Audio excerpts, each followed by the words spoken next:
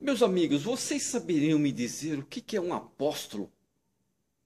Um apóstolo. E nesse vídeo eu quero explicar para vocês o que é um apóstolo. Vamos lá. Um dos fatos mais importantes que devemos saber a respeito dos apóstolos é que eles são chamados para serem testemunhas do Salvador. Esse testemunho pode ser prestado de diversas maneiras.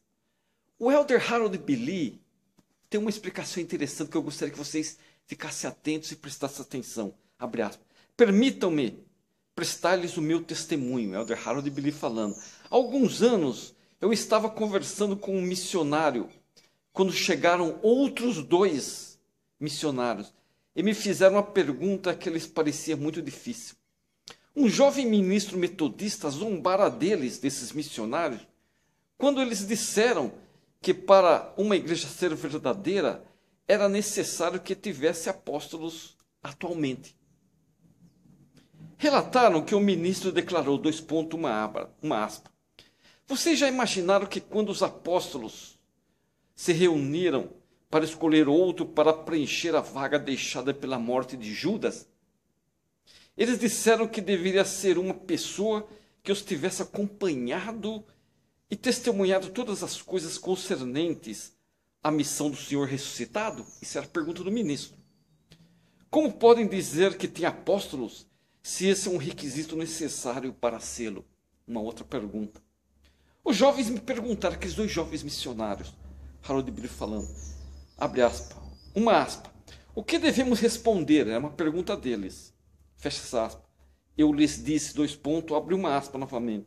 Voltem e façam duas perguntas ao seu amigo ministro. Primeira pergunta. Como o apóstolo Paulo obteve o que era necessário para ser chamado de apóstolo?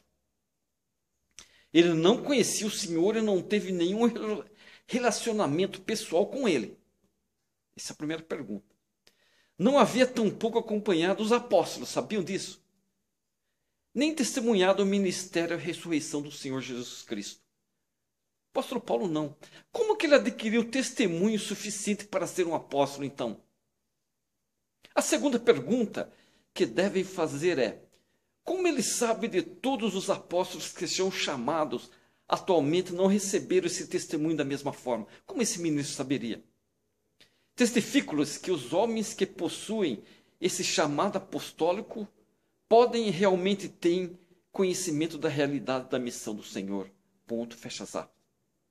Um discurso proferido do Harold Billy, um discurso proferido perante o corpo docente do Seminário Instituto no dia 26 de julho de 1962.